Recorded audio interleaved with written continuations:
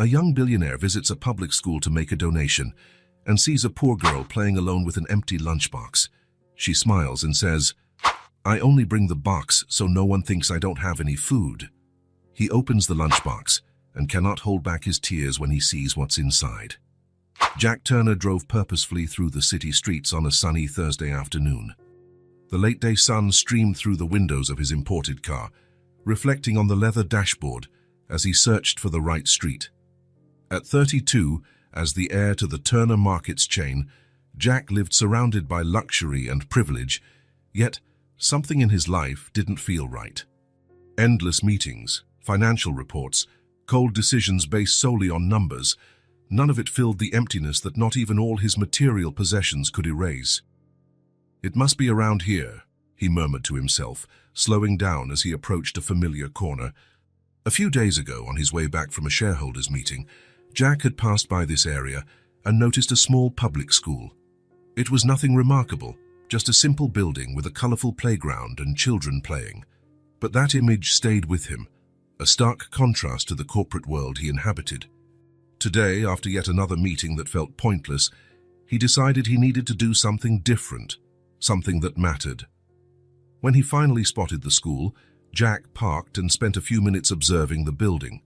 Kids were running around the yard, their laughter reaching him even inside the car.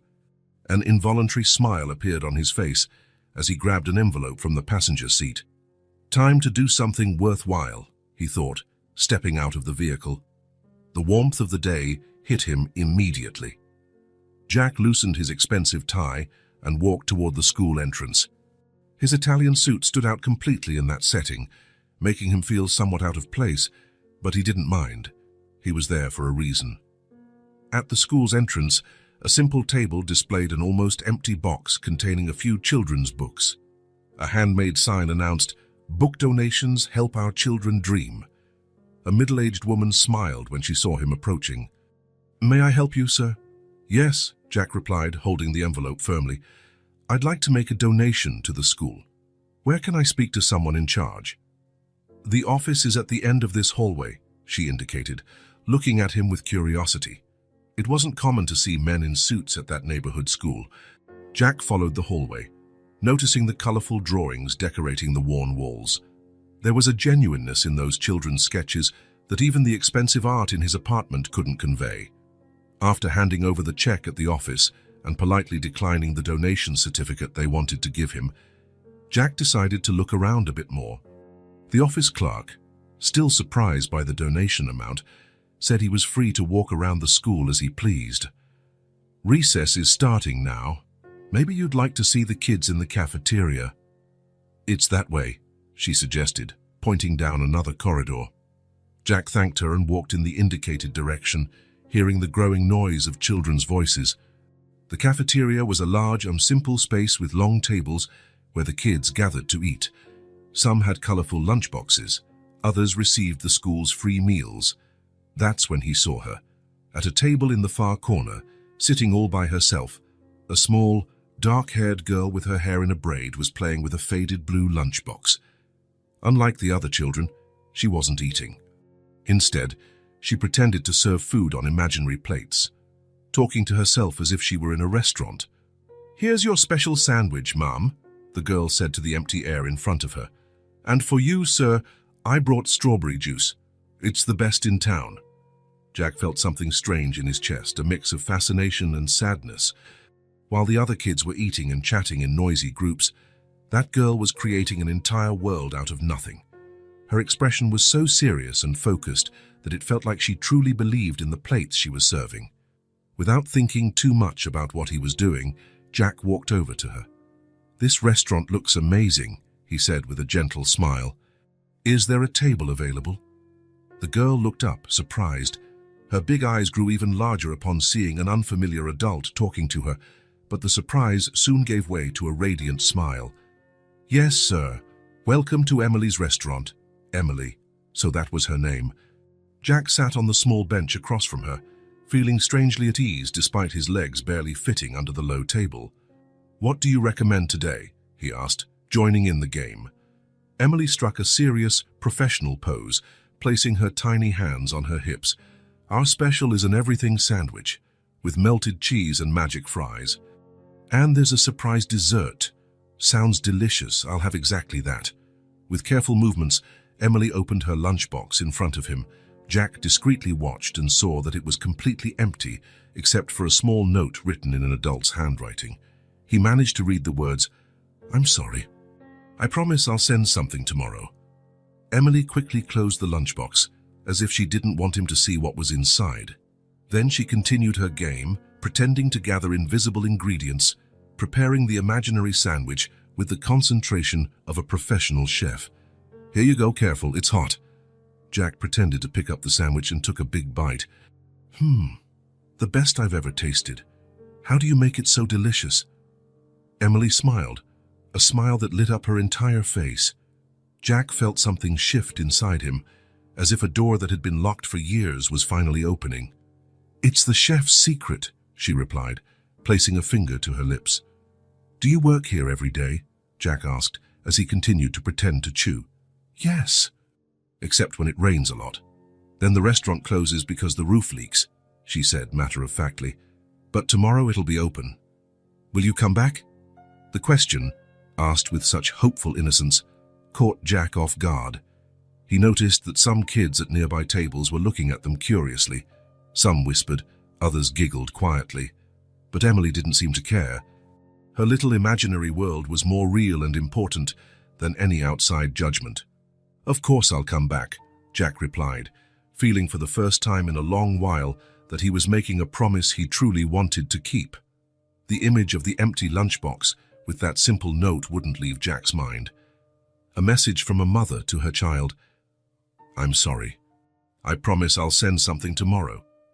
Those words hit him like a punch to the gut, a promise of a better tomorrow, an apology. He imagined Emily's mother writing those words, trying to soften the reality for her daughter, promising something she might not be able to fulfill. While Emily kept serving imaginary food, telling stories about her regular customers and special dishes she invented, Jack watched her with growing admiration. How could such a small child create so much joy out of such a difficult situation? How could she maintain that dignity, that creativity, when the reality around her was so harsh?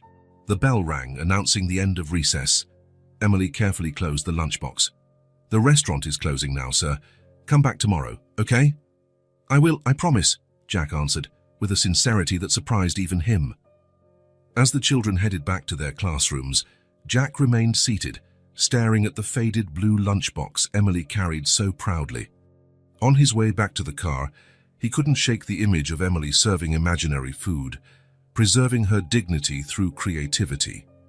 The note, "I'm sorry, I promise I'll send something tomorrow," echoed in his thoughts. Back in his world of luxury and comfort, Jack spent the rest of the day distracted. During the following meetings, he saw Emily's face. In the financial reports, he thought of the empty lunchbox. At dinner in his spacious apartment, he looked at his own meal and, for the first time in years, felt deep shame. That night, lying in his expensive bed overlooking the illuminated city, Jack made a decision. Tomorrow, that note in Emily's lunchbox would become real. For her, there would be a different tomorrow. And for Jack too. Jack woke up earlier than usual the next morning. For the first time in a long while, he didn't need an alarm to get out of bed. The memory of Emily's empty lunchbox followed him throughout the night, and he already had a clear plan in mind. After a quick shower, Jack dressed in more casual clothes, jeans and a simple shirt, swapping his usual suit for something less intimidating. On his way to the school, he stopped at a department store as soon as it opened and chose a new, colorful lunchbox with stars and planets. Perfect, he thought, imagining Emily's smile. The next stop was a delicatessen. Jack wasn't quite sure what a small child like Emily would enjoy eating, so he asked the attendant for help. "It's for a little girl," he explained, feeling strangely embarrassed. "Something simple but good." The attendant smiled and prepared a turkey and cheese sandwich, some fresh-cut fruit, a natural juice, and a small chocolate brownie. While paying, Jack realized he was more nervous than at his most important business meetings. When he arrived at the school, The start-of-day rush was already over. Jack entered the office, carefully carrying the new lunchbox. "Good morning. I'd like to leave this for a student named Emily," he told the secretary. The woman looked at him with a mix of curiosity and suspicion. "Are you a relative?" "No, I'm a family friend," Jack improvised. "I came by yesterday to make a donation and met Emily. She told me sometimes she doesn't bring lunch, so I thought I'd help." The secretary hesitated, examining Jack and then the lunchbox. "I could call her teacher if you prefer," he offered, sensing he needed to clarify his intentions. At that moment, the office door opened and a young teacher walked in carrying some papers. "Mrs. Miller, can you help me with—" She paused upon seeing Jack. "Oh, sorry. I didn't realize someone was here." The secretary seized the opportunity. "This gentleman came to bring a lunch for Emily. You're her teacher, right?" The young teacher nodded, looking at Jack with interest. "Yes, Emily's in my class. Are you related to her?" "Actually, no," Jack explained again. "I met Emily yesterday and wanted to do something nice for her. I brought this lunchbox and some food." The teacher smiled, a genuine smile that lit up her face. "That's very kind of you. Emily is a wonderful child. If you'd like, you can give it to her in person during recess. It'll mean a lot more to her." Jack accepted the offer, feeling immediate relief. Seeing Emily's reaction was exactly what he wanted. For the next 2 hours, Jack waited in a nearby cafe, answering emails on his phone without really focusing. When he finally returned to the school in time for recess, his heart was pounding like a teenager's. Emily's teacher awaited him at the entrance to the cafeteria. "She's inside, at the same table as yesterday," she said with a knowing smile. Jack walked in, immediately spotting Emily alone at her corner table, once again playing with her old, empty lunchbox. He approached slowly, hiding the new, starry lunchbox behind his back. "Is the restaurant open today?" he asked with a smile. Emily looked up, and her face lit up as she recognized him. "You really came back." "I promised, didn't I? And I brought something for you." Jack placed the new starry lunchbox on the table. Emily stared at it, then at Jack, her eyes wide with surprise. Is it for me?" "All yours. And look, there's something inside." Gently, as if handling a precious treasure, Emily opened the new lunchbox. Her eyes sparkled at the sight of real food inside.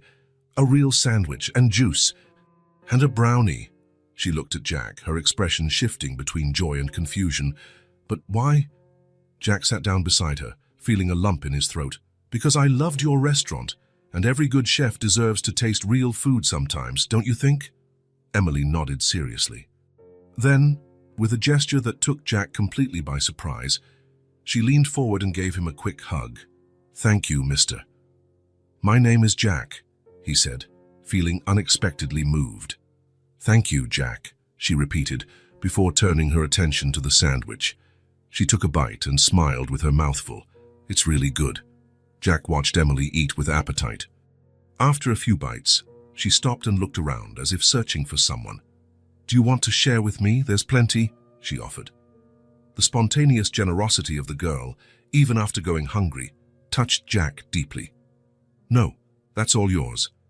"I already ate our thanks." Emily continued eating, but now she spoke between bites, as if the real food had opened the door to a real conversation, too. "My mom's going to be happy. She gets sad when there's no food to pack for me and my little sister." "You have a sister?" Jack asked, genuinely interested. "Yeah, Lily. She's still little, only 3. She goes to daycare. The teacher there gives her food."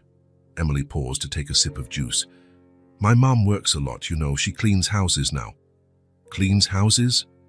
Emily nodded, her face showing an adult-like seriousness. "She lost her job at the supermarket. Now she cleans houses and sometimes sews. She does whatever she can." The girl smiled, a smile full of pride. "She's the best mom in the world." Jack felt a pang in his chest. The supermarket. Could it be that Emily's mother had worked at one of the Turner Market stores? "She must be a very special person," he commented, trying to keep his voice steady. "She is. She taught me how to play restaurant." Emily finished her sandwich and picked up the small container of fruit. "When we don't have real food, we pretend," Then my stomach doesn't hurt as much, you know? Jack swallowed hard. No, he didn't know. He had never truly been hungry in his privileged life. Is that why you have such a cool restaurant? He asked, trying to keep the tone light. Emily beamed with pride. Yes, one day I'll have a real restaurant, and no one will go hungry. Everyone will get to eat, even if they don't have money. The simple, generous dream of that little girl made Jack feel ashamed for all the times he had complained about his life. They chatted a bit longer, Emily telling him about her classes, about how she helped her mom care for her younger sister, about the different places they had lived. The bell rang, signaling the end of recess. Emily carefully saved the brownie she hadn't yet eaten. I'm going to take half for Lily, she explained, breaking the treat into 2 uneven pieces, one larger piece for her sister. Jack felt something shift inside him, like a missing puzzle piece finally clicking into place. This child, who had so little, was teaching him about generosity and love in a way none of his business mentors ever had. Can I come back tomorrow? Jack asked, feeling as vulnerable as a child. Emily's face lit up again. Yes. Emily's restaurant is always open for you. She grabbed both lunchboxes, the old one and the new one, and ran off to join the line of children heading back to class. Halfway there, she turned and waved to Jack. He waved back, with a smile that rose from the depths of his soul. Jack knew something had changed inside him, something that had no return. And for the first time in years, he wasn't afraid of it. On the contrary, he felt truly alive. The Turner Market's corporate office occupied the top 3 floors of a downtown skyscraper. From his office on the top floor, Jack could see the entire metropolis stretching out to the horizon. Normally, that view made him feel powerful, on top of the world. Today, however, he could only think of how small Emily seemed at her corner table in the school cafeteria. 3 days had passed since he'd brought the lunchbox to Emily. 3 days in which he kept his promise to come back, always bringing a different lunch. 3 days in which he learned a bit more about her through simple conversations during school recess. But today, Jack was back in his own world. Sitting in his leather chair, he looked at his computer screen without really seeing the numbers on the spreadsheet. All he could see was Emily's smile when she received the new lunchbox. Jack, are you listening? His assistant's voice brought him back to reality. Martin was standing in front of him, holding a folder of documents, looking concerned. Sorry, Martin. What were you saying? The board meeting. It starts in 5 minutes. Jack nodded, running a hand over his face. Right. I'm on my way. Throughout the meeting, as they discussed closing 3 more stores to optimize operations and maximize profit per square foot, Jack remained restless. Each time he heard terms like necessary staff reduction and structural adjustments, he thought of Emily talking about her mom losing her job. How many single mothers were hidden in those charts? How many other children like Emily were bringing empty lunchboxes to school? When the meeting finally ended, Jack felt a weight he'd never noticed before. Instead of returning to his office, he decided to leave early. He needed to clarify his thoughts, to better understand what he was feeling. The next day, Jack cancelled his appointments and drove to Emily's school. He was determined to find out more, to gain a deeper understanding of the situation. The principal welcomed him into her small office, looking genuinely pleased to see him again. Mr. Turner, Emily won't stop talking about you and the lunchboxes. It's a beautiful thing you've been doing. Jack smiled, feeling uncomfortable with the praise. It's the least I can do. Actually, I'd like to know more about her situation, so I can help in a more effective way. The principal sighed, her expression growing more serious. Emily is one of our brightest students. Did you know that? She has an incredible imagination and an adaptability most adults lack. I've noticed, Jack agreed. She told me about her mum who lost her job and now works cleaning houses. Yes, Rachel Miller, a remarkable woman. The principal flipped through a folder on her desk. She's always present at school meetings, even with 2 jobs. She never complains, but I can see how hard it's been since she lost her stable job. Jack felt a growing curiosity. Do you happen to know Emily's mother's full name, and maybe where they live? The principal studied him for a moment, as if gauging his intentions. Mr. Turner, may I ask what your real interest is in this family? Jack wasn't prepared for such a direct question. He hesitated, searching for the right words. Meeting Emily made me want to help more directly. Maybe I can do something that truly makes a difference for them. The principal seemed to evaluate his words, looking for signs of dishonesty or hidden motives. Whatever she saw must have satisfied her, because her expression softened. The mother's name is Rachel Miller. She picked up a paper and jotted something down. And here's their address. Jack held the paper carefully. Thank you. I'm trusting you, Mr. Turner, the principal added seriously. Jack nodded, feeling the weight of that trust. He returned to his car and looked at the address in his hands. It was a modest neighborhood far from the city center where he lived. Checking his watch, he realized it was time to meet Rachel Miller. The neighborhood where Rachel and Emily lived was on the outskirts of the city. Jack drove slowly, noticing the simple, well-kept houses, some with small front gardens and others with bicycles resting against low walls. Children played on sidewalks, enjoying the late afternoon sunshine. As he followed the GPS, the landscape changed subtly. The houses became smaller, more crowded together. Some small apartment buildings appeared among them. Jack reduced his speed even more, checking the house numbers. He finally found the address. It was a small two-story building with a worn but clean facade. Potted plants decorated the entrance, and an external staircase led to the second floor. Jack parked across the street and stayed there for a few minutes, just observing. What was he doing? What right did he have to barge into this family's life? What would he say when the door opened? He was about to give up when he saw Emily coming down the external stairs, holding the hand of a young woman who was carrying a smaller child in her arms. Emily wore the same school uniform, but somehow looked different, lighter, more childlike, away from her chef role at school. The woman with her, Rachel, he assumed, was simply beautiful in a natural way. Dark hair like Emily's, in a hastily pinned bun, a tired but kind face and wearing simple, mile-worn clothes. The younger girl, presumably Lily, was practically a tiny version of Emily. Jack got out of the car, feeling his heart race. Emily spotted him immediately. "Look, Mom, it's Jack," she exclaimed, letting go of her mother's hand and running toward him. Rachel stopped, suddenly alert, pulling the younger daughter closer while Emily hugged Jack's legs with the easy familiarity children show when they trust someone. "Hi, Emily."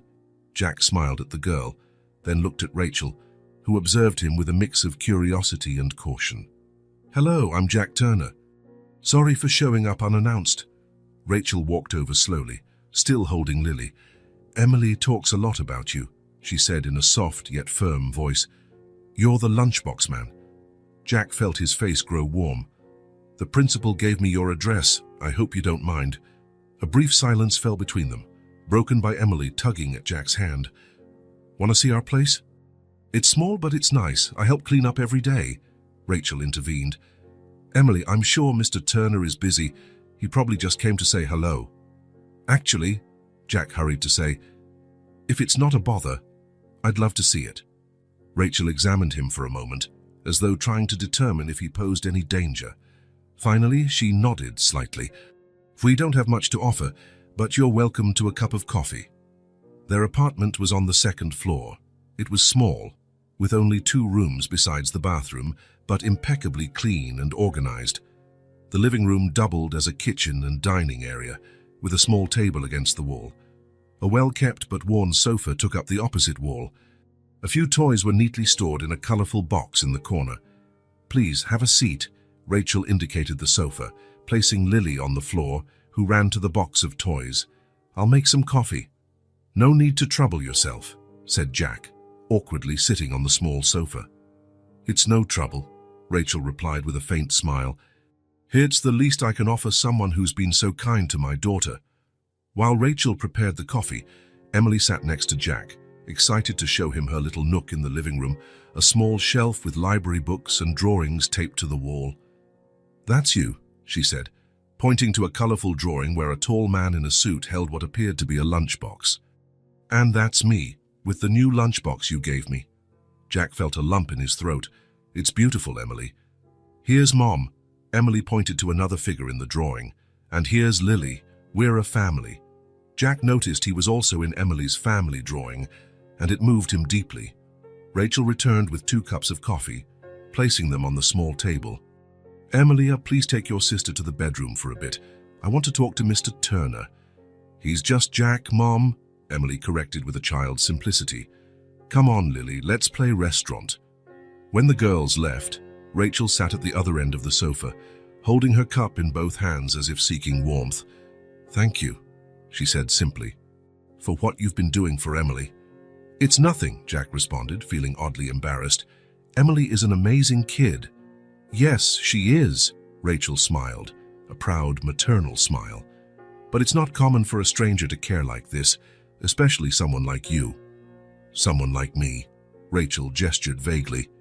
"Your car, your clothes, it's obvious you come from a different world than ours." Jack couldn't argue. She was right, of course.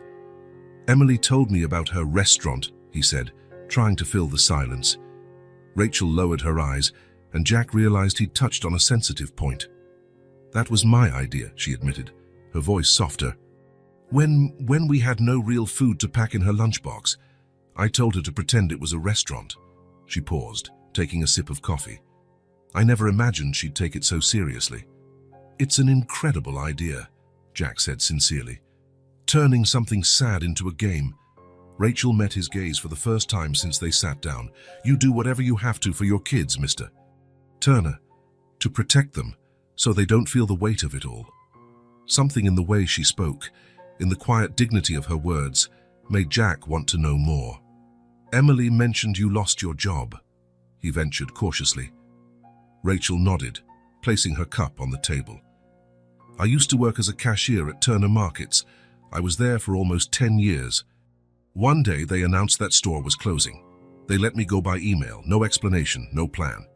Since then, I clean houses, sew, whatever comes my way, all to keep food on the table, sometimes not even that." Jack felt as though someone had punched him in the stomach. Turner Markets, his family's company, the company he helped run. Rachel paused and smiled, looking toward the bedroom, where the girls' laughter could be heard. "But my daughter, she never complained. She'd take her empty lunchbox and still smile. She said it was only temporary. And she'd write notes to herself when I couldn't."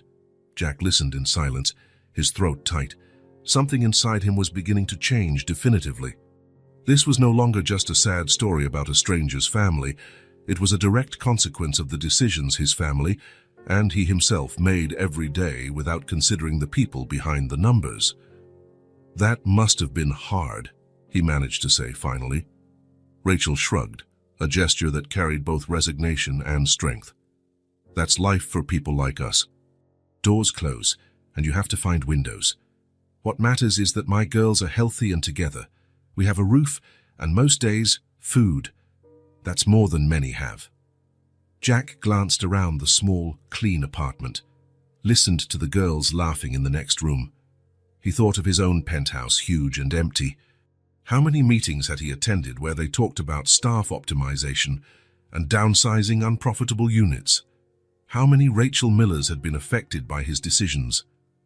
"I didn't know," he said, more to himself than to her. "How could you?" Rachel answered, without bitterness in her voice. "The people making those decisions never see who's on the other side.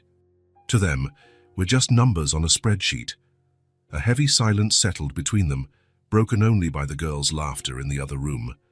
"I want to help," Jack said finally, looking directly at Rachel. "Really?" Rachel studied him for a moment, as if trying to read his true intentions. "Why? Why do you care what happens to us?" It was a fair question, and Jack had to be honest. "Because Emily showed me something I'd never seen before. Her courage, her imagination, her generosity even when she had nothing to give." He paused, choosing his words. "I want to do something that truly matters, for the first time in my life." Rachel didn't respond immediately. From the bedroom, they heard Emily explaining to Lily how to serve customers in her imaginary restaurant. "You seem like a good man, Jack," Rachel said at last, "but we don't need charity. We need dignity, honest work, knowing tomorrow won't be worse than today." Jack nodded, feeling the weight of those simple, truthful words. He didn't have an immediate answer, but he knew he couldn't just go back to his normal life after today. after seeing the home behind that lunchbox. Emily ran back into the room, holding a drawing. "I made this for you, Jack," she announced, handing him the colorful paper. It was a new drawing of Emily's restaurant, but this time with customers at the tables, including Jack, Rachel, and Lily. "It's the best restaurant in the world," Jack said, his voice choked with emotion. He looked at Rachel and saw something in her eyes, a mix of motherly protectiveness, pride, and perhaps, just maybe, a faint glimmer of hope. Jack walked down the stairs of the small building with heavy steps. The sky was already darkening, painting the city in deep shades of blue. Rachel's words still echoed in his mind. Turner Markets, his company, his family, his responsibility. Sitting in his car, he didn't start the engine right away. He needed a moment to process everything he'd discovered. Sometimes life's coincidences were cruel. Of all the children with empty lunchboxes, he'd found Emily, the daughter of a former employee of his family's company. The image of Rachel describing how she was fired by email after 10 years of loyal service wouldn't leave his mind. No explanation, no plan. Those words would haunt him for a long time. He finally started the car and drove back toward downtown. The lights of shops and restaurants seemed offensively bright now, the faces of people on the sidewalks blissfully unaware of the Rachels and Emilys of the world. The concierge at his luxury building greeted him with the usual deference. "Good evening, Mr. Turner," Jack replied automatically, taking the elevator up to his penthouse. Never before had the contrast between his life and that of people like Rachel been so glaring. His apartment, spacious and elegantly decorated, suddenly felt too large, too cold. Jack tossed his keys on the table and headed to his home office. He needed to confirm a suspicion that was now eating him up inside. He turned on his computer and logged into the company network. He had access to practically all corporate documents, a privilege of his last name. He started searching for records of store closures over the past few years. Unit 237, East Side Neighborhood, closure approved on 01/17. The file appeared on the screen, and Jack opened it with a racing heart. The report was cold and technical, like all corporate documents: profitability analyses, cost projections, recommendations for reallocating assets. In the Human Resources Impact section, an attachment listed the employees who would be laid off. Jack ran his finger over the screen, looking for a specific name, and then there it was: Miller, Rachel A., senior cashier, 9 years and 8 months of service, dismissal with no recommended relocation. A chill ran down his spine. Jack faintly remembered that meeting. It was at the start of the year, one among dozens of similar meetings. He had signed off on the approval without asking many questions, trusting the finance and operations department's analyses. Continuing his search, he found the template email that had been sent to employees. Impersonal, direct, almost mechanical. "Dear employee, we regret to inform you that, due to the company's strategic reorganization, the unit where you work will be discontinued within 30 days.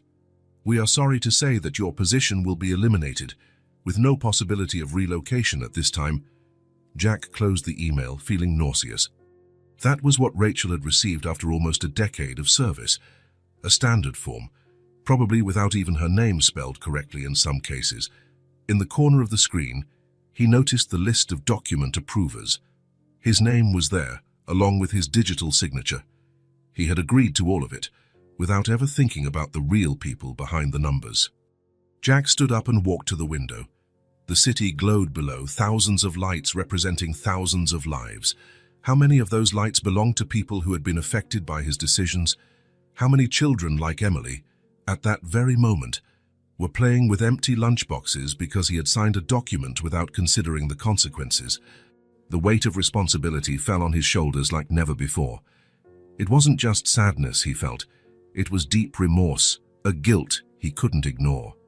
Jack returned to the computer and opened more reports, more emails, more documents. The story repeated itself in each file: cold decisions, lives irreparably changed.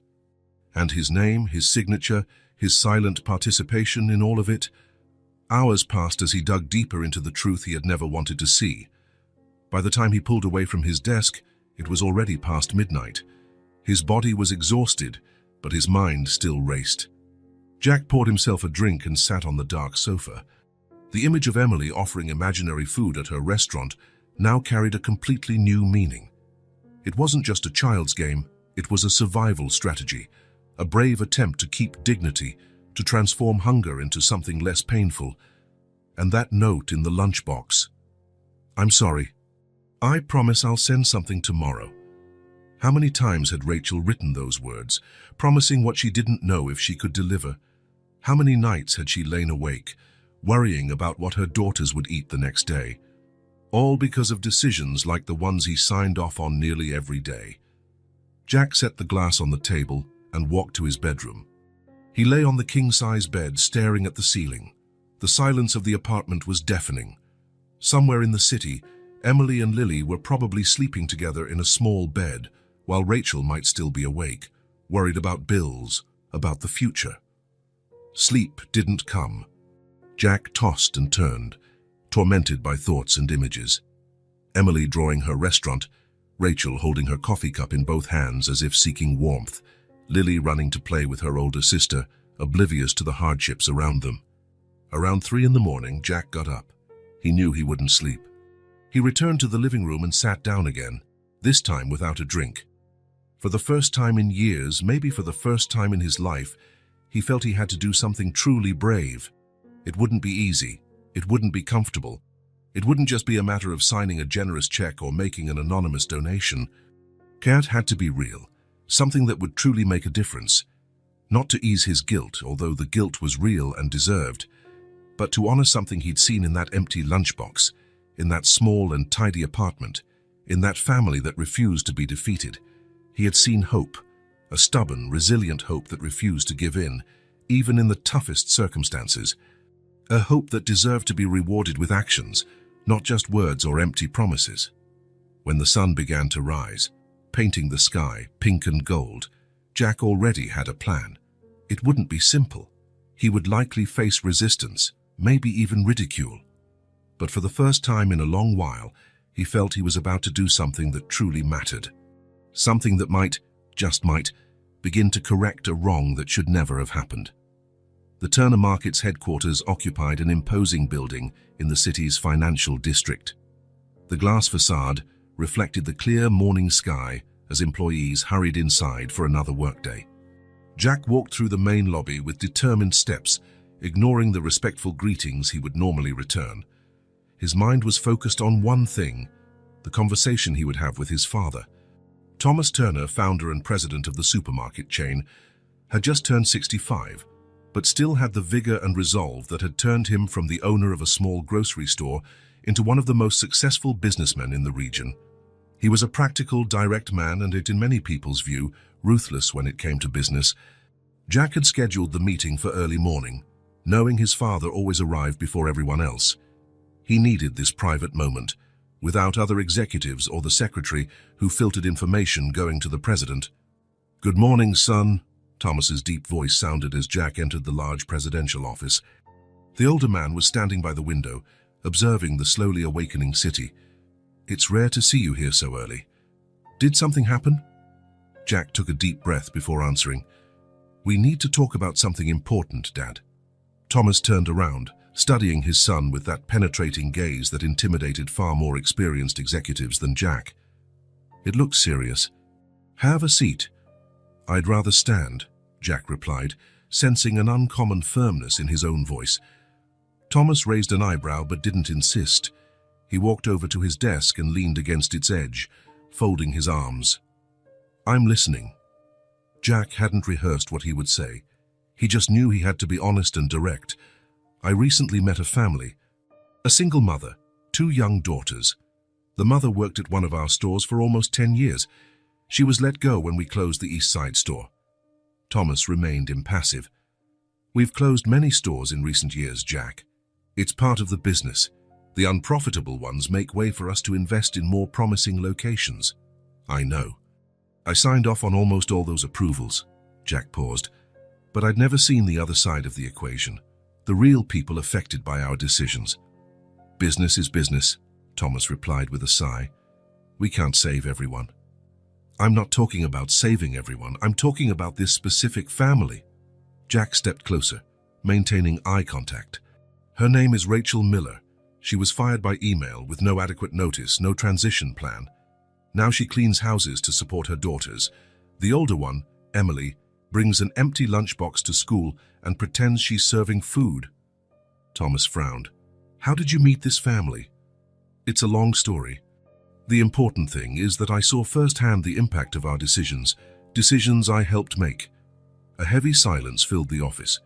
Thomas studied his son with a complex expression, a mix of surprise, respect, and perhaps a trace of concern. So, what do you intend to do about it? He asked at last. Jack had been expecting this question. I want to rehire her. Give her a new position in the company with stability and respect. Something that makes use of her skills and experience, but also offers a better future for her and her daughters. Thomas uncrossed his arms and walked slowly to the coffee machine in the corner of the room. He poured himself a cup before replying, You know we can't make exceptions like this. We have protocols, hiring policies. If we do this for one former employee, we'll have to do it for all. I'm not asking us to change the company's entire policy, Jack countered, standing his ground. I'm saying that in this specific case, we made a mistake, and I want to fix it. Thomas took a sip of his coffee, watching his son over the rim of the cup. Something in Jack's gaze seemed different, a determination Thomas wasn't used to seeing. Why is this so important to you, Jack? It's just one among hundreds of layoffs we approve every year. Jack thought for a moment. It was a fair question. Because I saw the face behind the numbers, Dad. I saw a dignified woman struggling to keep hope alive for her daughters. I saw a little girl turning hunger into a game, so her mother wouldn't feel guilty. He paused to choose his words.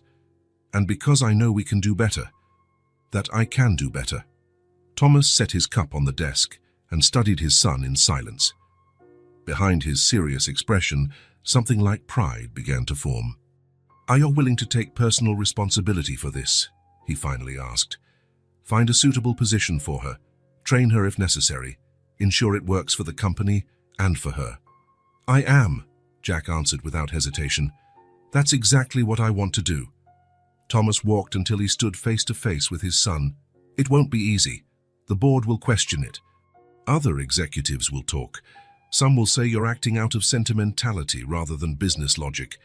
Let them talk. Jack kept his gaze steady. I'm not trying to revolutionize the company. I just want to correct something we did wrong. And maybe in the process, remind everyone that there are real people behind every decision we make. A flicker of a smile crossed Thomas's usually serious face. You know, your grandfather used to say that a good business benefits all parties involved. Maybe we've lost sight of that a bit in recent years. He paused. All right, Jack. You have my approval to rehire her. But it's your responsibility entirely. Jack nodded, accepting the challenge. Thank you, Dad. Don't thank me yet, Thomas replied, returning to his desk. The hardest part is yet to come. You'll have to tell this woman the truth, who you are, and what role you played in her dismissal. Then you'll have to convince her to come back to the same company that discarded her. Jack had already thought of that. The idea of revealing his identity to Rachel scared him, but he knew it was necessary. I know, and that's what I plan to do. I don't want to hide anything. I want to fix this mistake in the most honest way possible. Thomas sat down in his chair, regarding his son with a new expression, as if truly seeing him for the first time. You've changed, Jack. What happened? Jack thought of Emily and her imaginary restaurant, of Rachel and her quiet dignity, of Lily and her uncertain future. Let's just say I finally understand the real meaning of what we do here, he replied simply. When he left his father's office, Jack felt a mix of relief and apprehension. The easiest part was done. Now he had to face Rachel, tell her the truth, and hope she'd accept his proposal. It wouldn't be an easy conversation. But nothing that truly matters ever is, a lesson he was only beginning to learn. Jack drove slowly through the streets of the neighborhood, each block bringing him closer to a conversation that could change everything or end before it began. The small building where Rachel and the girls lived looked more intimidating today. It was late Saturday afternoon, a time Jack had confirmed with the school principal, as the best chance to find Rachel at home.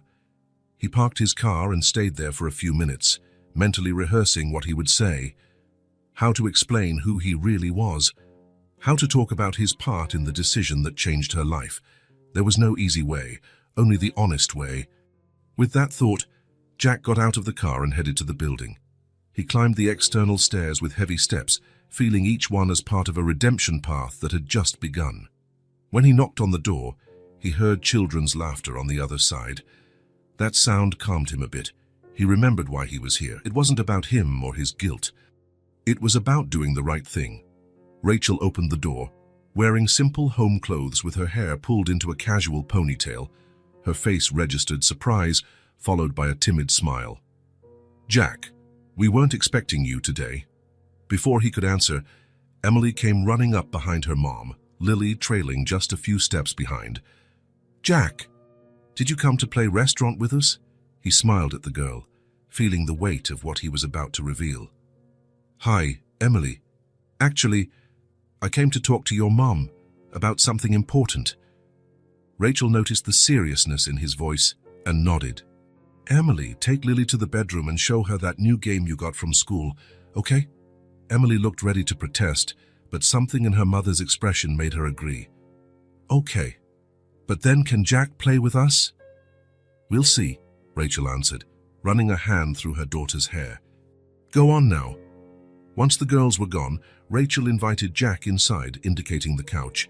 "Would you like some coffee?" "No, thank you," he replied, remaining on his feet. He felt too restless to sit. "Rachel, I need to tell you something. Something I should have said from the start." She crossed her arms, a posture that instinctively showed defense. "What is it?" Jack took a deep breath. "Now or never. My full name is Jack Turner. My family owns Turner Markets." The silence that followed was deafening. Rachel stared at him, frozen, as if processing each word slowly. Her eyes widened, and the color drained from her face. "Turner Markets." Her voice was almost a whisper. "Yes," Jack confirmed, keeping his gaze steady, despite the urge to look away. "The company you worked at for almost 10 years. Rachel stepped back, as if she needed physical distance to process the information. Her eyes, once warm, now scrutinized him with confusion and distrust. "Why didn't you tell me before? Why—" She stopped, realization dawning on her face. "Is that why you got close to Emily? Because of my dismissal?" "No," Jack said quickly. "When I met Emily, I had no idea who she was. It was a coincidence, I swear. I only found out the connection after I first visited you, when you mentioned working at Turner Markets." Rachel backed away further, sitting down on one of the chairs by the small dining table. Her eyes remained locked on Jack's, searching for any hint of falsehood. "Why are you telling me this now?" Jack approached slowly, keeping a respectful distance. "Because you deserve to know the whole truth." He paused, choosing his words carefully.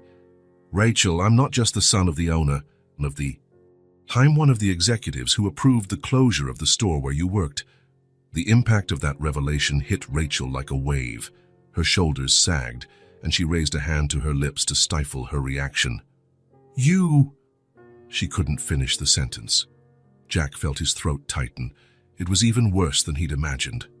Seeing Rachel's face, the real pain in her eyes, was far different from thinking abstractly about affected employees. "When I found out, I went digging into the records. I saw your name on the layoff list. I saw the impersonal email we sent. I saw there was no attempt to find another position for you, despite your great track record." Rachel stayed silent, just watching him, as if each word were another blow. "What I'm trying to say, Rachel, is that I'm so sorry. Deeply." Jack took another step forward, almost pleading with his eyes. "I never thought of the real people behind those decisions, the real impacts, the families, the empty lunchboxes." At the mention of the lunchboxes, Rachel's expression shifted. A flicker of vulnerability crossed her face, soon replaced by a closed expression. "Why are you telling me all this now? What do you want from me?" "Forgiveness." Her voice trembled slightly, but there was a firmness to it as well. Dignity. Jack shook his head. I didn't come expecting forgiveness. I came because you deserve to know the truth, and also, he hesitated, aware of how his next words might sound. I came to offer something concrete. Not as charity, but as a way to correct a wrong. Rachel waited, still wary but clearly intrigued. We're opening a new store in the mid-city area, bigger, with specialized sections. We need a manager for the customer service department. Jack paused. I want to offer you that position. The shock was evident on Rachel's face. Of all the things she might have expected, that proposal probably wasn't one of them. Manager, I was a cashier. A cashier with nearly 10 years' experience, with excellent performance reviews, with deep knowledge of our processes and values. Jack gave a small smile. Also, anyone who manages to raise 2 daughters alone under these conditions has more management skills than most of our executives. Rachel didn't smile back. She was still trying to process it all, grasping the implications. Why would you do that? Is it remorse? Guilt? Jack considered the question. It would be easy to deny, to say it was purely based on her merits, but he had promised himself to be honest. Initially, yes. When I discovered the connection, I felt guilty. But now it's about doing the right thing. He took a chance and sat on the sofa, reducing the physical distance without invading her space. Rachel, you deserve this job. You have the qualifications, and the company would be better with people like you in leadership positions. In the other room, they could hear Emily serving food in her imaginary restaurant, telling Lily stories about their regular customers. The sound seemed to soften something in Rachel, who glanced briefly toward the bedroom before focusing on Jack again. What if I say no? Then I'll respect your decision.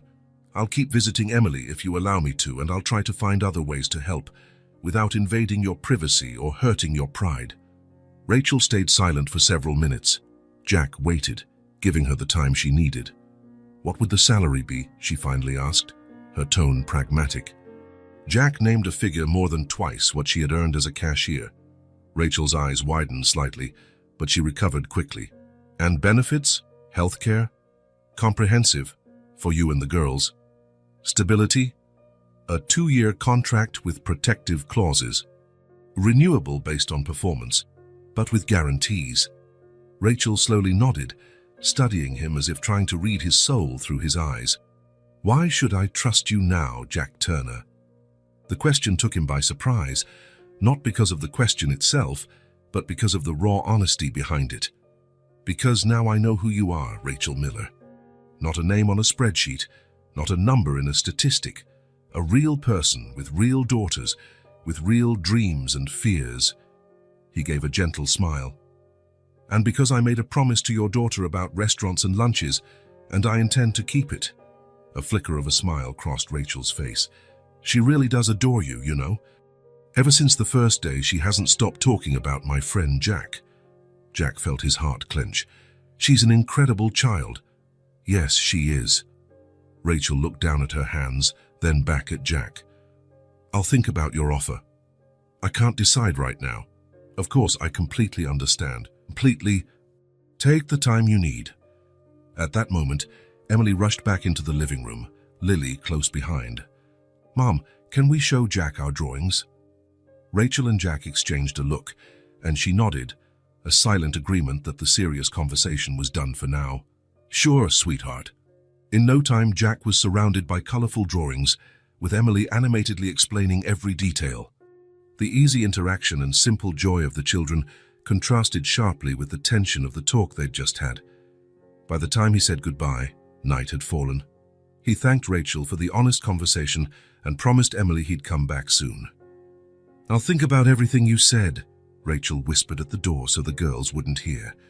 And thank you for being honest, at least, Jack nodded.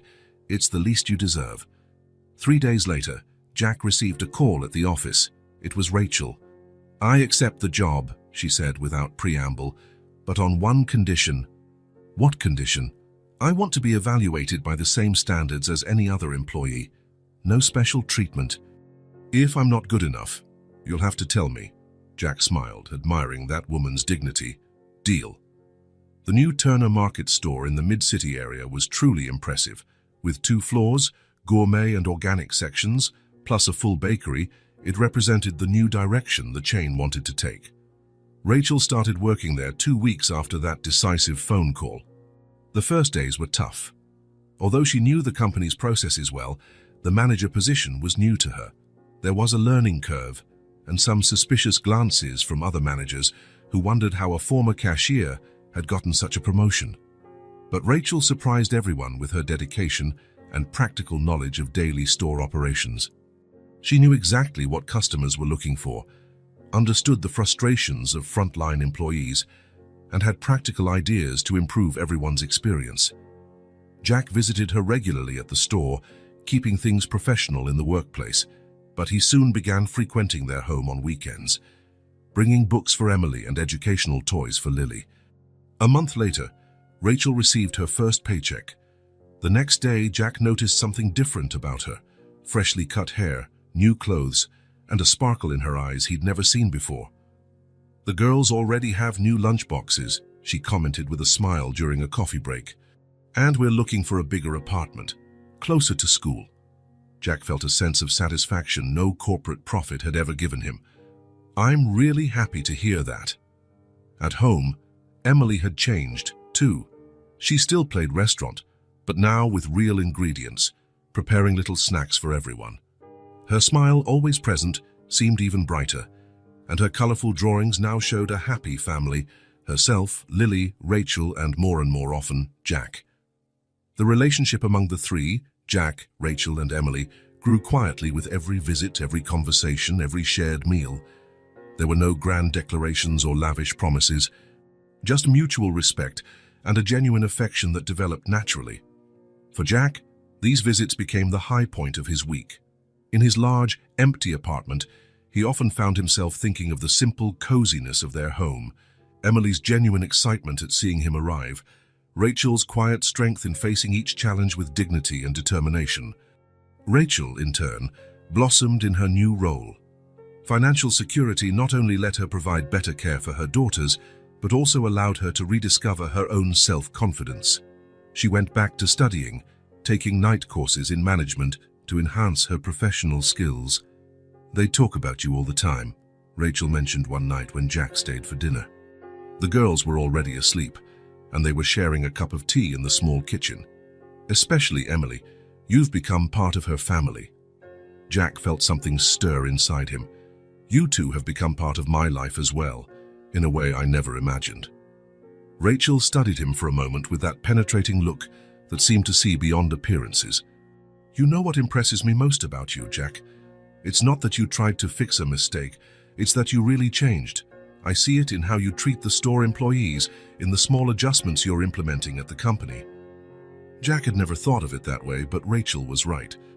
His encounter with Emily and her empty lunchbox had transformed not just his actions but his perspective on life. "I still have a lot to learn," he admitted. Rachel smiled, a warm smile that lit up her entire face. "We all do." That night, when he left the apartment, Jack knew something fundamental had shifted in his life. The truth had been revealed, not just to Rachel but to himself. And from the ashes of that painful discovery, something new and genuine was beginning to bloom. A new beginning, built not on lies or guilt, but on honesty and mutual respect. A chance for redemption, not just for him but for everyone involved. And it all started with an empty lunchbox and a little girl who refused to let tough circumstances wipe the smile from her face. The aroma of fresh bread and tomato sauce filled the small apartment when Jack knocked on the door that Sunday morning. 3 months had passed since Rachel began working at the new Turner Market store, and a lot had changed in their lives. Rachel opened the door with a warm smile, wearing a simple apron over casual clothes. Her hair was pinned in a relaxed bun, a few strands framing her face. There was a lightness about her that Jack was still getting used to, a quiet confidence that grew every week. "Right on time," she said, stepping aside so he could enter. "Emily is so excited. She hasn't stopped asking when you'd get here." Jack walked in, carrying a small paper bag. "I brought dessert, nothing fancy, just some sweets from a bakery near my place." "You didn't have to," she replied, but her smile showed she appreciated the gesture. The apartment was the same, but it felt different. Small new touches, some colorful cushions on the sofa, pictures on the walls, new curtains, made the space even cozier. They weren't expensive items, just careful choices that reflected a newly found financial stability. "Jack!" Emily's enthusiastic voice came from the small open-concept kitchen. She ran toward him, wearing a tiny apron that matched her mom's. "You really came. Come see, I'm helping with the pasta." Jack crouched down to receive her hug, a ritual that had become routine between them. "I wouldn't miss it for the world, and judging by the smell, it's going to be the best pasta in town." Emily grabbed his hand and pulled him toward the kitchen. I stirred the sauce, and I put the cheese in. Mom let me cut the tomatoes, too, with a real knife. "Under my supervision," Rachel added, smiling as she followed them. The small kitchen was bustling with activity. Lily, seated in her high chair, played with modeling clay at a little table, creating colorful shapes while watching her sister and mother cook. "What can I do to help?" Jack asked, genuinely wanting to participate. Rachel seemed about to say it wasn't necessary, as usual, but stopped herself. "You can make the salad. The ingredients are already set aside." Jack took off his jacket and rolled up his sleeves, feeling comfortable in the tight space where three people moved in near-perfect coordination. Emily narrated every step of the pasta-making process with the intensity of someone hosting a cooking show. "We used to do this every Sunday at our old apartment," she told him as she sprinkled more cheese on the pasta. "But then it got hard, because my mom worked a lot and didn't have money to buy the good stuff. Now we do it again." Rachel and Jack exchanged a glance over Emily's head, a look full of unspoken meaning. Children's simple honesty often revealed more than lengthy adult conversations. "And what's the best part of cooking?" Jack asked, trying to divert from the emotional moment he saw in Rachel's eyes. "Eating afterward," Emily replied, prompting laughter from everyone. Food prep continued amid stories and laughs. Rachel described her early kitchen disasters when trying to impress Emily's grandmother. Jack shared memories of the time he tried to cook dinner to impress his first girlfriend and nearly set his apartment on fire. "You had a girlfriend?" Emily asked with the straightforward curiosity of children.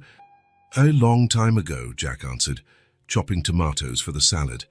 "Why don't you have one now?" Emily pressed on. "Emily," Rachel gently scolded. "That's very personal." Jack smiled. "It's okay. Maybe I never found the right person. Or maybe I was too busy working to notice when I did." His eyes met Rachel's for a moment, and something unspoken passed between them before they both looked away, slightly embarrassed. When they finally sat down at the table, the simple meal felt like a banquet. Homemade pasta with fresh tomato sauce, a crisp salad, still warm bread, and some roast chicken Rachel had prepared earlier. Nothing fancy or expensive, but made with care and affection. "Can we say thanks?" Emily asked, extending her hands to her mom and Jack. Rachel nodded, holding Lily's hand with one of hers and Emily's with the other. Jack completed the circle, holding hands with both girls. The gesture was new to him, but strangely comforting.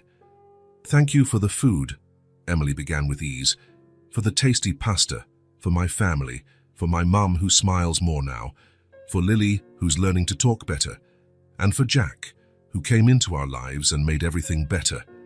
Jack felt a lump in his throat. The simplicity and sincerity of those words struck him with unexpected force. The meal flowed naturally, like a family accustomed to sharing moments. Lily made a little mess with her pasta. Emily talked about school and her friends. Rachel discussed the challenges and successes of her managerial position. Jack shared stories from his childhood that he had never told anyone before. At some point, Jack realized he was laughing more than he had in years.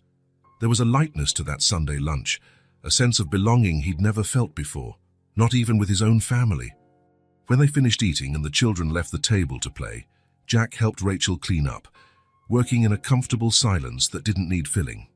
"Thank you for coming," Rachel said at last, putting away the last dishes. "It means a lot to the girls." "And to you," Jack ventured, risking a level of honesty he usually avoided. Rachel smiled, open and genuine. "It means a lot to me, too." Later, As they all settled into the small living room to watch a movie Emily had picked out, Jack found himself looking at the faces around him. Rachel, relaxed and smiling. Emily, leaning against his shoulder with the trust of someone who feels safe. Lily, dozing on her mother's lap. For the first time in a long while, maybe for the first time ever, Jack felt like he truly belonged. Not as part of a family obligation or a business commitment, but part of a genuine connection born out of the most unexpected circumstances. Emily looked at him and smiled, her eyes filled with that innocent wisdom only children have. "I'm glad you came into our life, Jack," she said softly, as if sharing a secret. Jack smiled back, unable to put into words how much that simple family had transformed his own life. "Me too, Emily," he finally answered. "Me too." Fall was painting the trees around the school in shades of gold and red. Rachel adjusted her scarf as she waited for Emily to get out of class. The cool breeze ruffled her hair, but she barely noticed. Her thoughts were on her daughter and on how much their lives had changed over the past few weeks. Her new work schedule allowed her to pick up Emily from school 3 times a week, a simple luxury she couldn't afford before. As manager of the new Turner Market store, Rachel had the flexibility to arrange her agenda. It still felt odd, that new status, this new life. Sometimes she needed a few seconds upon waking to remember she no longer had to run between different cleaning jobs all day. Leaning against her modest car, recently purchased with her savings, Rachel observed other parents who, like her, were waiting for their children. Not long ago, she would have been the last to arrive, exhausted after a full day's work, often missing the chance to chat with teachers or other parents. Now, she was here, right on time, feeling part of that community. The bell rang, and soon the schoolyard was filled with the cheerful chatter of children. Rachel smiled as she spotted Emily leaving the building, proudly carrying her lunchbox, now always full, and chatting animatedly with a friend. "Hi, Mom," Emily ran toward her, eyes shining. "I've got something to tell you." Rachel crouched to hug her. "What is it, my love?" "My teacher cried today because of my lunch." Rachel frowned in confusion. "She cried? What do you mean?" Emily adjusted her backpack, taking on that serious expression she used whenever she recounted something important. "She saw the note you put in my lunchbox and got teary. Then she hugged me and said I was a lucky girl." Rachel felt warmth rising to her cheeks. That morning she'd tucked a simple note in Emily's lunchbox. "Hope you like it. Love, Mom." A small gesture, almost trivial for many families, but it meant everything to them. "She asked us to show what we had in our lunchboxes so we could talk about healthy eating," Emily continued as she got in the car. "When I opened mine, she saw the sandwich cut into a heart shape and the note. She read it out loud, and then her voice got weird." Rachel smiled as she started the car. Miss Jenkins, Emily's teacher, knew their story well. She had seen Emily's empty lunchbox during those difficult times and had witnessed the restaurant game Emily invented to cope with it. "How did you feel, honey?" Emily thought for a moment, fiddling with the latch on her lunchbox. "Happy and a little proud, because now everyone knows my mum makes the best lunches and writes the best notes." Rachel reached out and gently squeezed her daughter's hand, feeling a lump in her throat. Simple gestures, small things, a sandwich, a note. For many, nothing special. For them, a daily victory, a silent sign that they had overcome the darkest days. On the way home, they passed by the new Turner Market store where Rachel worked. Emily looked out the window, pointing excitedly. "Can we visit Jack today?" "Not today, sweetie. He's at an important meeting in another city, remember? But he'll be coming to dinner on Friday." Emily nodded, satisfied with the answer. Jack's presence had become as natural as sunrise in their lives, no longer a surprise, but a comforting certainty. At home, while Rachel prepared a snack for Lily, who was playing with colorful blocks in the living room, Emily approached with a thoughtful expression. "Mom," she said after a moment of silence, "Ms. Jenkins said there'll be a special presentation next week. Each student will talk about something important to them. I want to talk about the restaurant." Rachel paused what she was doing, giving her daughter her full attention. "Which restaurant, honey?" "Mine. The empty lunchbox restaurant." Emily spoke with total ease, no trace of shame or sadness. I want to tell everyone how we used to pretend when there wasn't any real food, and how things are different now. Ms. Jenkins said it's an important story. Rachel felt her heart race. It was surprising how Emily could discuss that difficult time with such maturity, turning a potentially painful memory into something valuable. Are you sure you want to talk about it in front of everyone? Emily nodded confidently. Yes, and I want you and Jack to come watch. Jack too. He's part of the story, isn't he? He was the first one who saw my restaurant and asked for an imaginary sandwich. Rachel couldn't disagree. Jack had come into their lives because of that empty lunchbox, and now it was impossible to imagine a future without him. I'll invite him, then, she promised, going back to preparing Lily's snack. But her mind was now filled with thoughts of how drastically life had changed in the last few months. That night, after the girls were asleep, Rachel called Jack. He was in another city for a conference on corporate social responsibility, a new interest he'd developed over the last few months. Emily wants you to come to her school presentation, Rachel explained, sitting on the small balcony of their new apartment, gazing at the city lights. She's going to talk about the Lunchbox restaurant. There was a moment of silence on the other end of the line. She isn't embarrassed to talk about it, Jack finally asked. Rachel smiled, even though he couldn't see it. No, for her, it's just part of the story, something that happened, and something we overcame together. Together, Jack repeated softly. It's amazing how she turned something potentially painful into a positive lesson. She's always been like that. Even in the hardest times, Emily found a way to see beauty, to create something special. Rachel paused, feeling a warm comfort in talking about her daughter. Maybe that's why she touched you so deeply the first time you met. She changed my life, Jack replied simply. You both did. Those words hung between them, heavy with unspoken meaning. Rachel's heart sped up slightly. So, will you come to her presentation? She asked, returning to the original topic. I'll be there. I wouldn't miss it. The week flew by. Rachel used her day off to help Emily prepare her presentation. Together, they organized pictures of the original lunchbox, decided what Emily would say, and practiced a few times. The ease with which Emily spoke about those tough times both surprised and moved Rachel. Jack returned from the conference on Thursday and spent Friday night with them, listening to Emily rehearse her presentation one last time. Sitting on the small living room couch, with Lily asleep on his lap, Jack watched Emily with admiration that warmed Rachel's heart. The day of the presentation finally arrived. The classroom was decorated with colorful posters and flowers for the special occasion. Parents and guardians crammed themselves into tiny chairs meant for children, creating a nearly comical scene of adults squeezed into miniature seats. Rachel and Jack sat together at the back of the room, trying to ignore the curious looks from other parents. Jack's regular presence in Emily's life had inevitably sparked speculation within the small school community. I'm nervous, Rachel whispered, smoothing the simple but elegant dress she'd chosen for the event. Jack smiled, a smile seemingly reserved for her alone. It's going to be great. Emily is great. Ms. Jenkins began the event, explaining that each student would talk about something meaningful in their lives, a person, an object, a memory. The presentations started, with kids going up one by one to the makeshift stage at the front of the room, talking about pets, vacation trips, and favorite toys.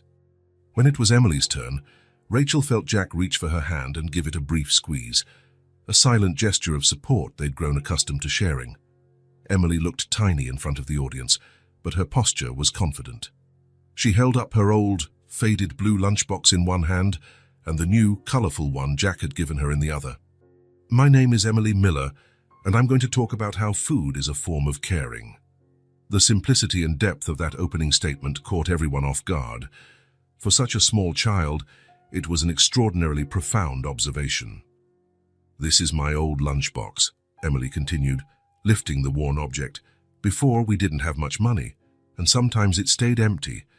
But my mom taught me to pretend it was a restaurant. Rachel felt her eyes burning. Next to her, Jack sat still, absorbing every word. I used to pretend to serve food to other kids. It was fun, and that way nobody knew I didn't have real lunch. Emily smiled, without a hint of self-pity. My mom would write me notes, promising that soon we'd have real food again. She always kept her promises, even if it was just a little bit of bread. The room was completely silent. Some parents looked uncomfortable, perhaps confronted with a reality they preferred to ignore. Others were visibly moved. Miss Jenkins watched with tears threatening to spill. One day, a man came to the school and asked to sit in my restaurant. Emily looked directly at Jack, her face lighting up. It was Jack. He was my first real customer.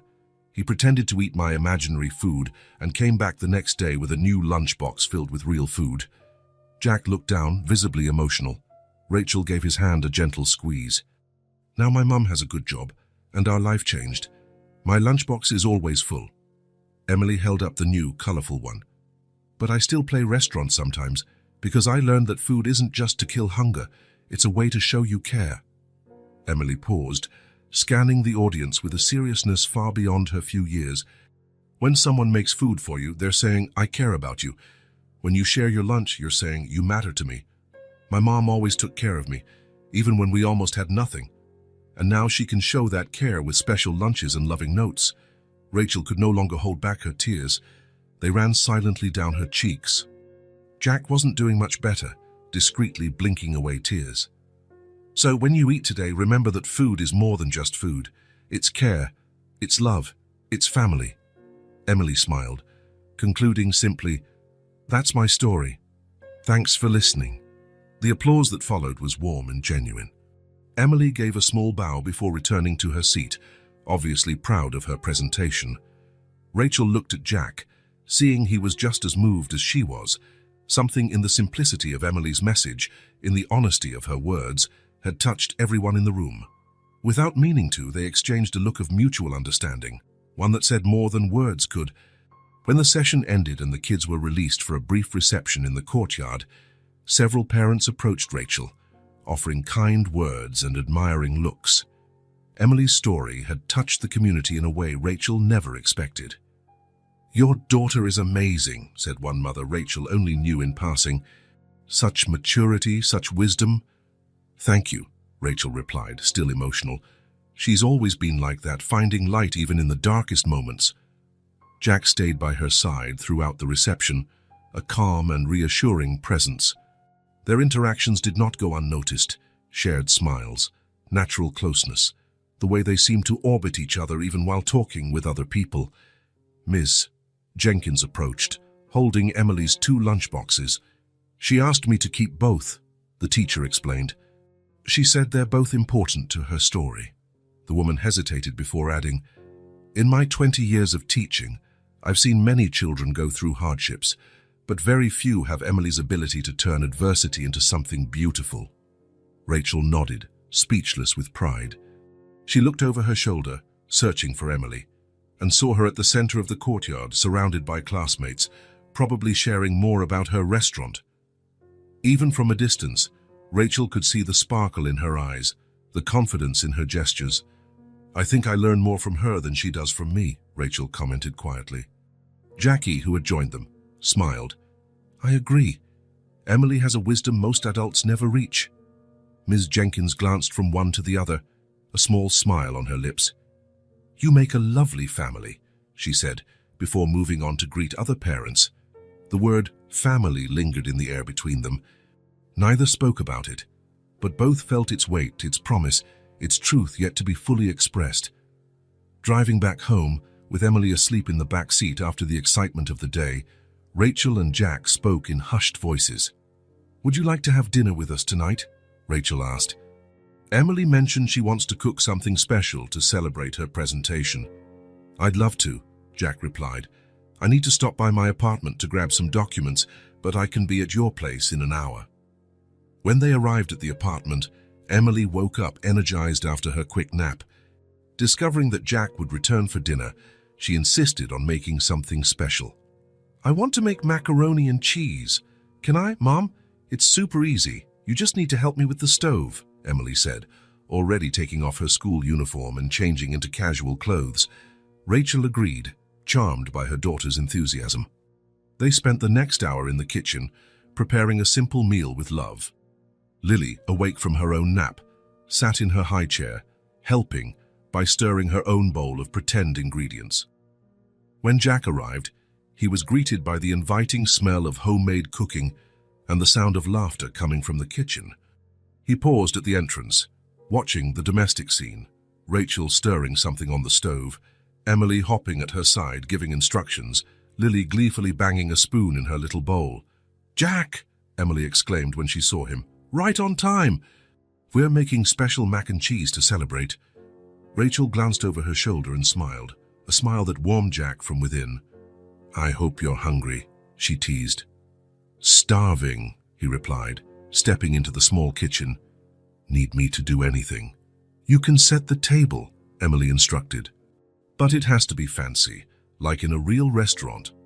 Jack took that job seriously, arranging the simple table with the care of a maître at a fine dining establishment. He found cloth napkins in a cabinet and folded them into elegant shapes, placing utensils neatly.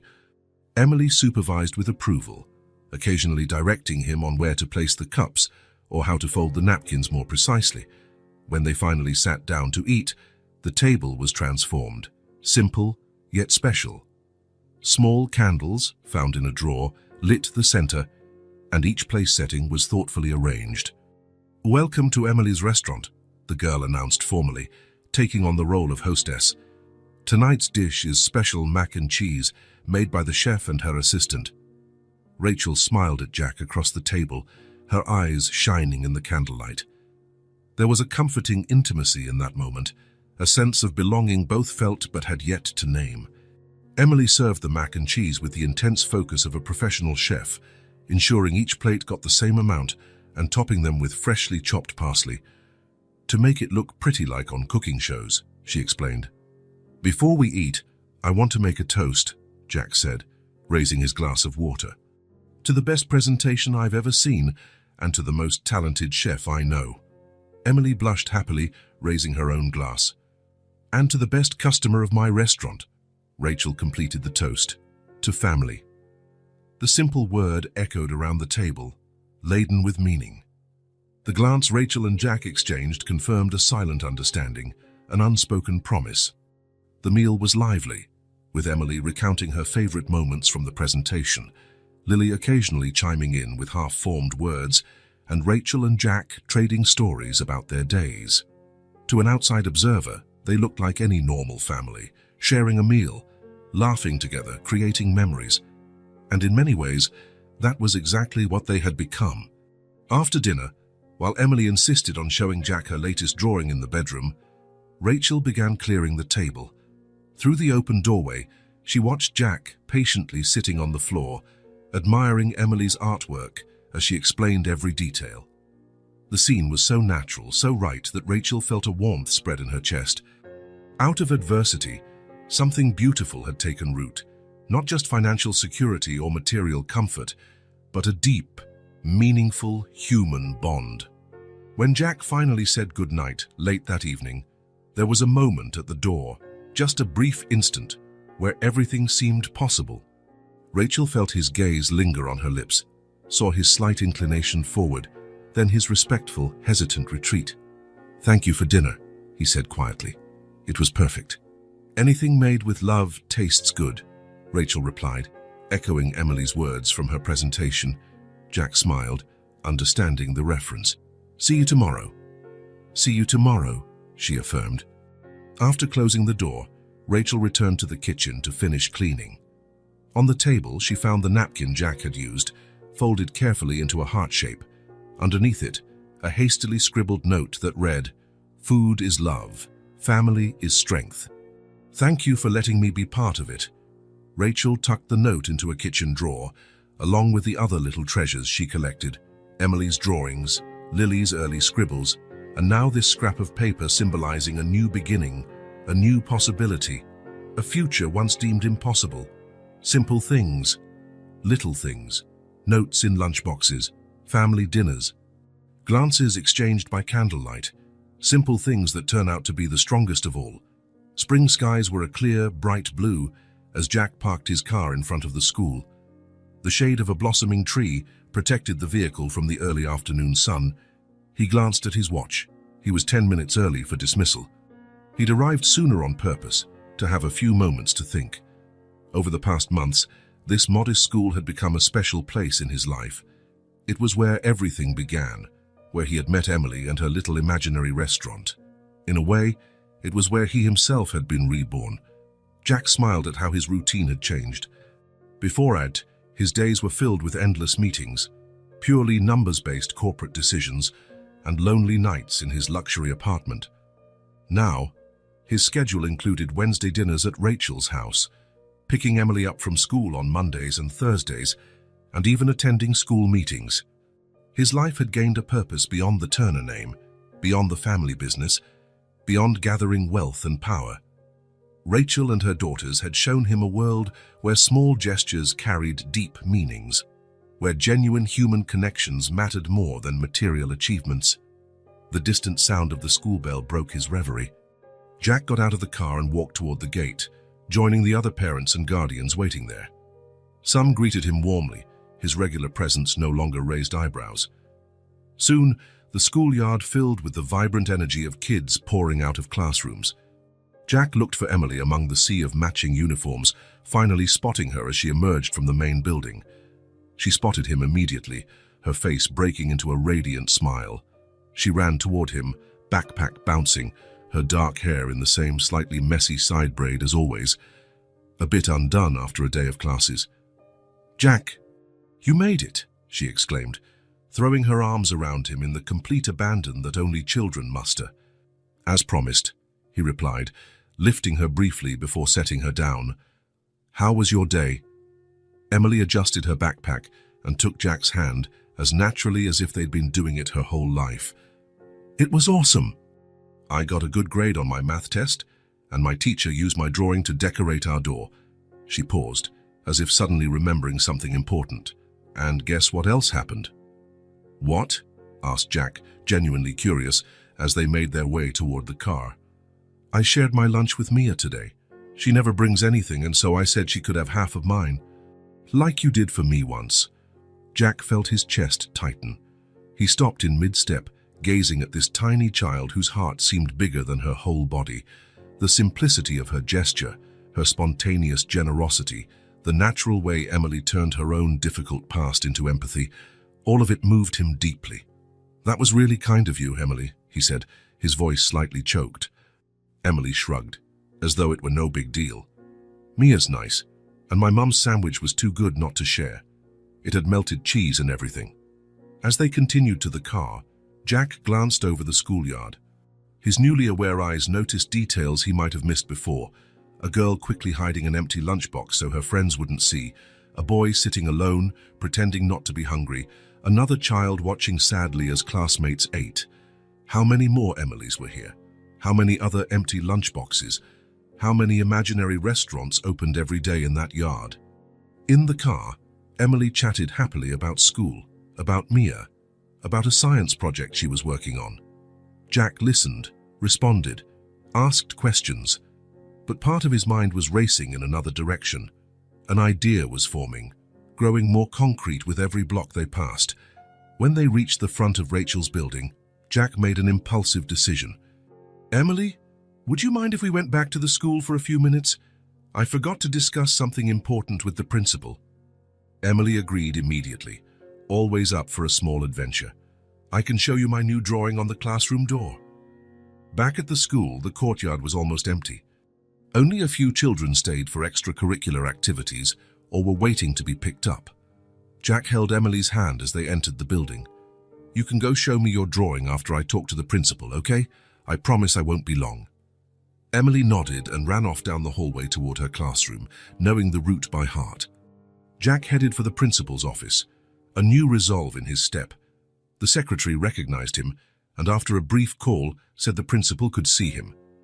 Jack was led into the familiar office, where Nancy Conrad, the principal, greeted him warmly. "Mr. Turner, what a pleasant surprise. Is Emily all right?" "She's great," Jack answered, taking a seat. "Actually, I'm here about something that involves her and the whole school." The principal leaned forward slightly, showing interest. Jack organized his thoughts, wanting to express exactly what he felt. Today, Emily told me she shared her lunch with a classmate who didn't have any food. It reminded me of when I shared food with her a few months ago. And it got me thinking. Jack paused, looking the principal in the eye. How many kids in this school come without lunch? How many feel hungry or ashamed during recess? Principal Conrad's expression grew more serious. More than we'd like to admit, Mr. Turner. We have some assistance programs, but resources are limited. And for many families, there's a stigma around asking for help that's as painful as hunger itself. Jack nodded, understanding completely. He had seen that dignified pride in Rachel when he first met her, refusing to show the extent of her struggles. That's why I'm here. I want to help. Let's provide food for all the children from now on. No one should feel ashamed for not having a lunch, and no one should go hungry. The principal stared at him for a moment, as if trying to process what she'd just heard. Mr. Turner, are you talking about a complete meal program? Jack finished. Breakfast and lunch for every child, every day. No distinctions, no need to single out who can or can't afford it. Good food, nutritious for everyone. Nancy Conrad adjusted her glasses, visibly moved. That would be extraordinary. But the cost? Turner Markets will provide it all, Jack said firmly. Fresh, nutritious, varied food. We can start next week if you agree. The idea had emerged impulsively, but the more Jack spoke, the more convinced he became that it was the right thing to do. It was a tangible way to turn his own path toward redemption into something bigger, something that would impact not just Emily but dozens of other children. Principal Conrad still seemed to be absorbing the proposal. It's very generous, Mr. Turner. We'd need school board approval, but I'm sure— Leave that to me, Jack interrupted gently. I'll prepare a formal proposal with all the necessary details. I have connections on the board who can help speed up the process. Nancy Conrad studied him for a moment, as if seeing something new in his face. Why are you doing this, Mr. Turner? The question was simple yet profound. Jack thought of Emily's empty lunchbox, of her smile as she served imaginary food, of her generosity in sharing with Mia. He thought of Rachel, fighting to keep her dignity in the worst times. Because I learned that sometimes the things that seem small, a lunch, a note in a lunchbox, can mean everything to someone. And because I can make a difference, Principal Conrad reached across the desk and clasped Jack's hand. You have no idea what this means. For them, for us. Jack smiled, this time without guilt, but with purpose. The following week was intense. Jack assembled a team at Turner Markets to develop the program. Nutritionists were consulted, suppliers were contacted, contracts were drafted. Rachel became an invaluable consultant, offering practical insights and a deep understanding of the community's needs. Jack personally presented the proposal to the school board. Leveraging all his influence and powers of persuasion, he was surprised to find that, when the cause was genuine, his business acumen became even more effective. The following Monday, the Lunch for Everyone program was officially launched. A small kitchen was set up on school grounds, equipped with appliances donated by Turner Markets. 2 employees were hired specifically to prepare fresh meals every morning. 3 days later, Jack returned to the school to deliver additional supplies he had promised. Books for the library, art materials, sports equipment that complemented the meal program. He'd insisted that the project be comprehensive, addressing not only physical hunger, but also the hunger for knowledge, expression, and experiences. Walking into the school courtyard, he was greeted by a heartwarming sight. Kids were scattered everywhere, all enjoying the same healthy meals.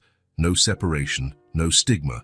Laughter filled the air, and there was a new atmosphere, lighter, happier. As soon as Emily saw him, she ran over, her face radiant as ever. Jack! Today the school gave lunch to everyone, she exclaimed, gesturing excitedly to the courtyard. Now nobody feels embarrassed. Mia smiled. Jack knelt down so he was at her level, feeling a wave of emotion he didn't try to hide. Emily threw her arms around his neck in a spontaneous hug. You're my best friend, she said softly, with the pure sincerity only children possess. Jack hugged her back, feeling those simple words echo inside him, reaching places he hadn't known existed. "And you're one of the most important people I've ever met," he replied, equally sincere. When Emily went back to play with her friends, promising to show Jack her new drawing before they left, he continued toward the principal's office to drop off the extra supplies. On the way, he passed a newly installed bulletin board in the main hallway. "Lunch for Everyone Project, What It Means to Me," read the title. Below it, dozens of colorful drawings made by the students, one in particular, placed at the center of the board, immediately drew his attention. It showed a little girl with a braid standing next to a tall man holding a lunchbox, surrounded by smiling children. In the corner of the paper, in childish, crooked letters, was written, "Thank you, Jack." The drawing was simple, done with a child's limited technique, but it conveyed an emotion and gratitude that touched Jack deeply. He stood there, just taking it in, absorbing the significance of this little token of thanks. A gentle hand touched his shoulder. Jack turned to see Rachel beside him, smiling that smile that had become an anchor in his life. "The principal called me after you left yesterday. I asked for a few hours off today to see the program in action," she explained. "This is incredible, Jack. What you've done, I have no words." Jack looked at the board again, at the cheerful faces drawn by the kids. "I didn't do it alone. The idea may have been mine, but the inspiration..." He turned to Rachel. "The inspiration came from you all." They stood side by side in silence, gazing at the drawings. They didn't need words to express what they were feeling. They had become part of each other's lives in ways neither could have imagined that first day with an empty lunchbox. Silently, honestly, maybe forever. Across the hallway, Emily watched them with a knowing smile, as if aware of a secret the adults were just discovering. In her backpack, she kept the note her mom had placed in her lunchbox that morning. "We have something today, and you'll share, but only share the lunch. The love is all yours." But Emily knew the truth. Love never shrinks when shared. Like the lunch she'd shared with Mia, or the food now given to everyone, love only grows when freely offered. Tomorrow, there will be more. And today, there was more too.